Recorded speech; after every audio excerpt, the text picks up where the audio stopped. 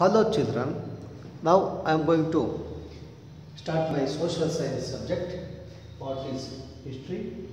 Chapter number 2. This is the continuation of the chapter Early Nationalist Movements.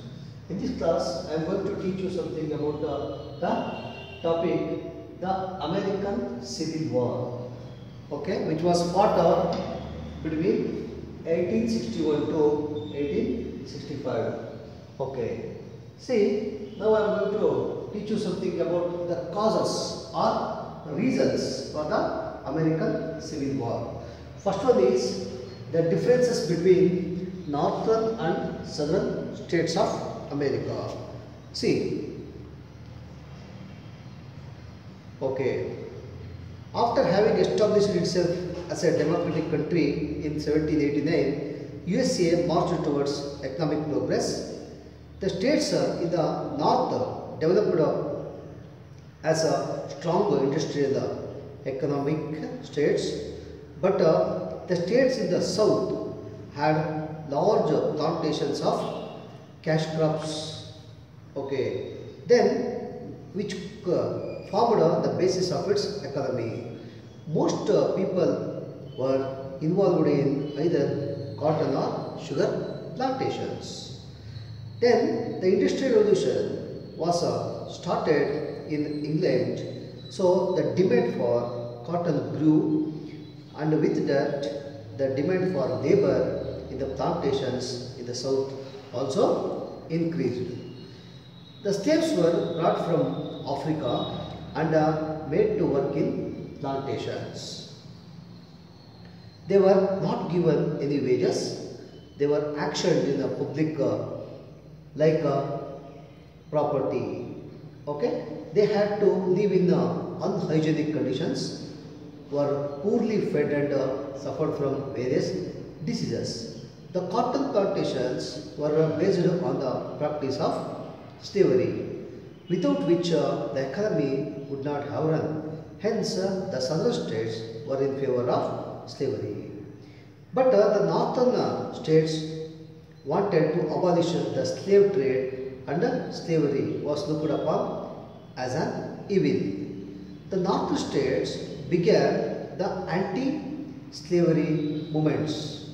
This threatened the southern states. This was the first reason, differences between northern and southern states of America.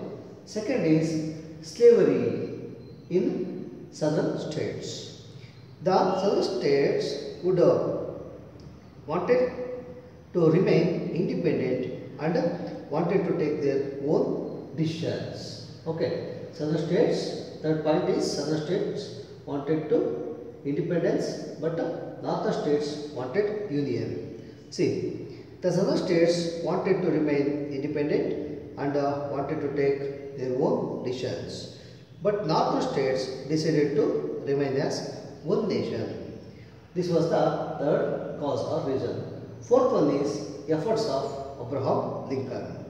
Abraham Lincoln, who had spoken against slavery, was selected as a candidate of the Republican Party for the post of the President of USA in 1860. This further widened the gap between the northern and southern states.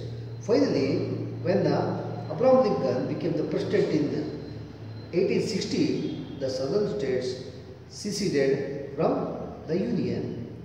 The 11 states established a new nation called the Confederate States of America. Jefferson Davis became its president. These were the causes or reasons for the American Civil War. Next point is outbreak of American Civil War. Let us see. First of all, we must know something about the meaning of the word civil war. What is a civil war? A civil war is a war between members of the same society. Civil war is a war between the members of the same society. Here, Abraham Lincoln, who became the President of America in 1860, was from the north and had to come to power with the aim of abolishing slavery in USA. Okay, here are totally 3 points. One is fight of Abraham Lincoln to abolish slavery and establish of union. Third one is using of modern warfare.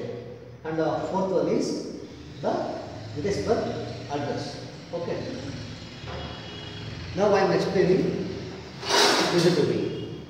See, the states in the north or the Federal Union led by President Lincoln fought the war not only to abolish slavery but also to establish that no state can secede from the Union. The American Civil War between 1861 to 1865, a bitterly fought war, and also introduced some elements of modern warfare. Okay, most of this war was fought in the southern states and almost 6 lakh men were killed and many others were wounded. Last point is the Gettysburg Address. The battle at Gettysburg was the bloodiest. Here, the Gettysburg Address. Here we can see the members: Abraham Lincoln, Robert Lee, and Ulysses Grant. See, the Gettysburg Address. The battle at Gettysburg was bloodiest. Almost 50,000 soldiers were killed in the 3 days of fighting in July 1863. In 1863, Lincoln was invited to deliver a speech. Lincoln spoke about the survival of a nation dedicated to freedom. This speech became famous in history as the Gettysburg Speech, where he issued the Emancipation Proclamation and abolished slavery in the South. Henceforth, the Federal troops marched on to the southern states, and by April 1865, Robert Lee had surrendered to Union General Ulysses Grant. This is the story of Gettysburg Address. Last point is effects of Civil War. You will see effects of Civil War in these 4 points. First one, restoring the Union. Second one, abolish slavery in 1865. Third one is emergence of new problems. Fourth one is ruin of southern states. Let us know one by one. Okay. See, the Federalists went about restoring the Union after the Civil War was over. Okay. Second point is abolition of slavery. Okay. See, the 13th Amendment of the Constitution, which sought to abolish slavery, was finally adopted in 1865. The country was reunited, but many new problems were emerged. Last point is ruin of southern states. The southern states lay in the ruins, so the successors of Abraham Lincoln adopted policies to reconstruct the economy of the South. As a result, the next 10 years in American history are known as the Reconstruction period. These are the details about the topic, the American Civil War. Understand, children? Thank you.